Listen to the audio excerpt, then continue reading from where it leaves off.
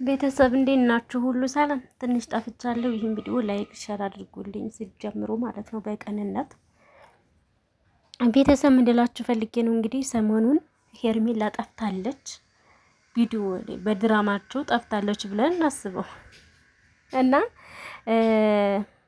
ትናንትና አብርሽ እንግዲህ ዳኒ ኤፍሬምንና ሩታን አሳስሯቸው ሩታ ልጅ ስላላት በይቅርታ ታልፋለች። ዳኒና ኤፍሬም ግን እንደታሰሩ ናቸው እስካሁን። ትናንትና በነበረው ቪዲዮ ራሷ ሩታ ነች መታ የተናገረችው በአብርሽ ቤት ራሷ ሩታ ነች አለችው፣ አብርሽ አይደለም ያለው ማለት ነው።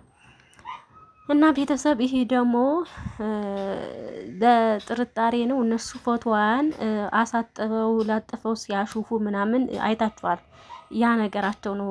ትንሽ ሰው ጠፍቶ እንደዛ ሊሉበት የቻሉት ምክንያት ለዛ ነው። ለምን ታላግጣላችሁ፣ ለምን ታሾፋላችሁ ምናምን በማለት ነው። በተለይ የአብርሽ እህትና ወንድም በኤፍሬም እንዴት እንደዛ ነገር ታደርጋለ?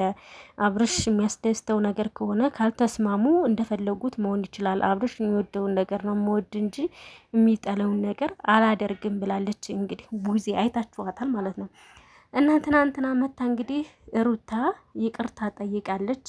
ፖሊሶችንም ይቅርታ ተደርጎላት እንደሆነ እንደተለቀቀች ምናምን ነገር ራሷ በአንድ ቦታ ነው የተናገረችው ማለት ነው። እኔ ሄርሜላ ግን የት ነው ያለሽው ማለት ነው? እንደዚህ እስከ እነሱ ቢያግቷት ኑሮ ለምንድን ነው የማይለቋት? እውነታውን ለምን አይናገሩም? እስኪ ነገር እንዴት ታዩታላችሁ? ለምን አይናገሩም? ሁለተኛ ነገር ሲጀመር ዳኒ እያለ ጤናማ ህይወት አይኖራቸውም አብርሽና ሩታ።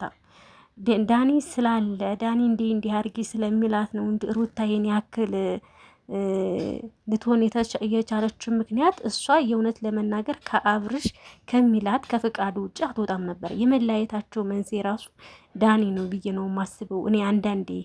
ዳኒ በነገራችን ላይ ማለት ነው ቤተሰብ ልብ ብላችሁ ከድሮም ካያችሁት በጣም አንደኛ ነው ድራማ ለመስራት።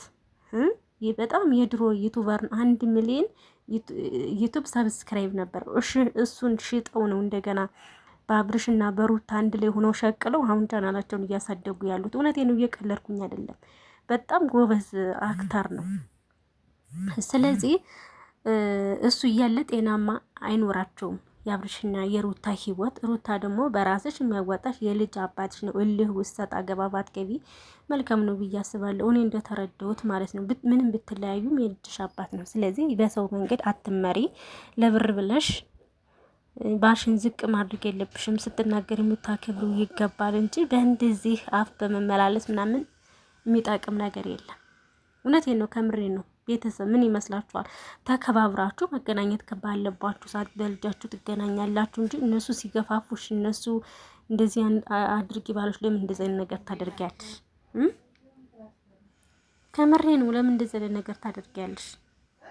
እና ቤተሰብ ይህን ቪዲዮ ላይክ ሼር አድርጉልኝ። ትናንትና እንግዲህ በእንደዚህ አይነት ጉዳይ ነው ቪዲዮ የመጡት። ዛሬ ደግሞ ምን ይዘው እንደሚመጡ ሀሳብ እንሰጣለን። እስከዛው መልካም ቆይታ ቤተሰብ። ይህን ቪዲዮ ሼር ላይክ አድርጉልኝ። ከዩቲዩብ ከጠፉት እኔ ሰንበት ብያለሁና ላይክ አድርጉት። ቻው